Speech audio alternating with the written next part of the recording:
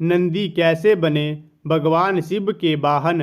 पुराणों के अनुसार नंदी असल में शिलाद ऋषि के पुत्र थे और शिलाद ऋषि थे ब्रह्मचारी। दरअसल हुआ यूं कि ब्रह्मचारी व्रत का पालन करते करते शिलाद ऋषि के मन एक भय बैठ गया। भय था कि बिना संतान उनकी मृत्यु के बाद उनका वंश समाप्त हो जाएगा। इसलिए उन्होंने अपने वंश को आगे बढ़ाने के लिए एक बच्चा गोद लेने का मन बनाया।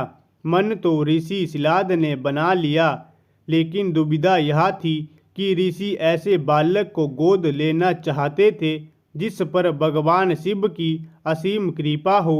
अब ऐसा बालक ढूंढने से भी मिलना मुश्किल था, तो ऋषि भगवान की घोर तपस्या में लीन हो गए। लंबे समय तक तप करने के बाद भी उन्हें इसका कोई भी फल प्राप्त नहीं हुआ। ऐसे में ऋषि शिलाद ने अपनी तपस्या को और भी कठोर बना दिया।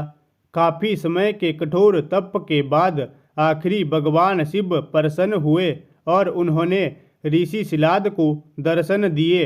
भगवान शिव ने शिलाद ऋषि से कहा, मांगो, क्या वर मांगना चाहते हो। ऋषि शिलाद ने अपनी कामना भगवान शिव से जाहिर की। भगवान शिव ने शिलाद को पुत्र का आशीर्वाद दिया और वहां से चले गए।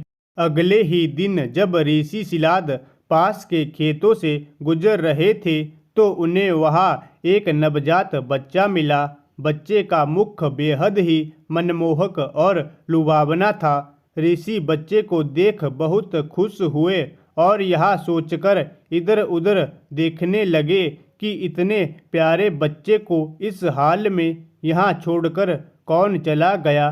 तभी भगवान शिव की आवाज आई और उन्होंने कहा, शिलाद, यही है तुम्हारा पुत्र। अब तो ऋषि शिलाद की प्रसन्नता का कोई ठिकाना ही नहीं था। वह उसे अपने साथ अपने घर ले आए और उसका लालन पालन करने लगे। देखते देखते नंदी बड़ा हो गया। एक दिन ऋषि शिलाद के घर 2 सन्यासी आए। ऋषि शिलाद की आज्ञा से नंदी ने दोनों सन्यासियों का खूब आदर सत्कार किया, उन्हें भोजन कराया। ऋषि शिलाद के घर मिले इस सेवा भाव से दोनों सन्यासी अत्यधिक प्रसन्न हुए। उन्होंने ऋषि शिलाद को दीर्घ आयु का आशीर्वाद दिया, लेकिन नंदी, जिसने उनकी इतनी मन से सेवा की थी, उसके लिए एक शब्द भी नहीं कहा।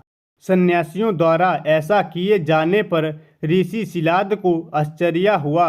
अपनी जिज्ञासा को शांत करने के लिए शिलाद ने सन्यासियों से ऐसा करने के पीछे की वजह पूछी।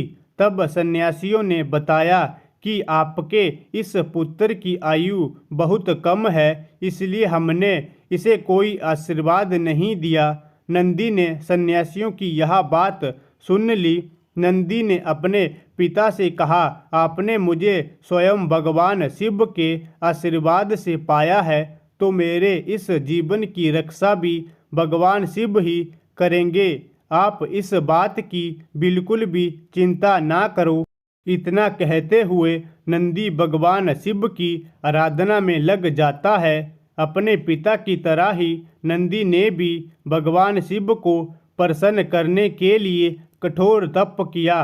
फलस्वरूप भगवान शिव प्रसन्न हुए और नंदी को बैल का मुख देकर अपना सबसे प्रिय और वाहक बनाया। इस प्रकार नंदी भगवान शिव के सबसे प्रिय वाहन बने और समाज में उन्हें पूजनीय स्थान भी मिला। यही वजह है कि भगवान शिव की आराधना से पूर्व उनके प्रिय नंदी की पूजा की जाती है।